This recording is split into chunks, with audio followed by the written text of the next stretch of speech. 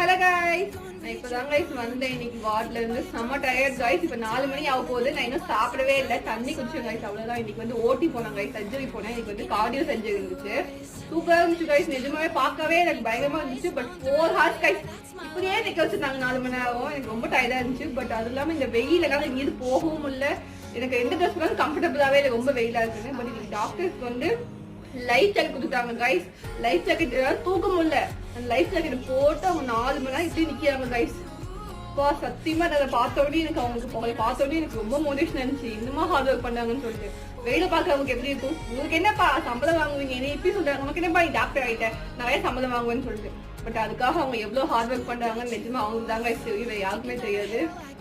Really நான் இன்னைக்கு வந்து கண்கூட பார்த்தேன் கைஸ். அதனால நான் அப்படியே புல்லரிச்ச மூமெண்ட் இன்னைக்கு எனக்கு.